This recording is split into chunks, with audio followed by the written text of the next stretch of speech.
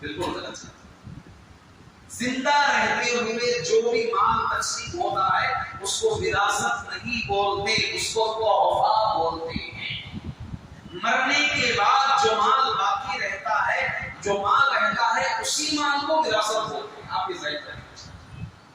تو اس اعتبار سے ہم تمام کو چاہیے کہ ہم اسلامی اصول کے حساب سے، اسلامی قانون کے حساب سے اپنے مسائل جو ہے قرآن اور حدیث کی طرف آ کر کے رجوع کریں. اور یہ بہت بڑے لکھے لوگوں کے لیے بہت ایزی سبجیکٹ ہے.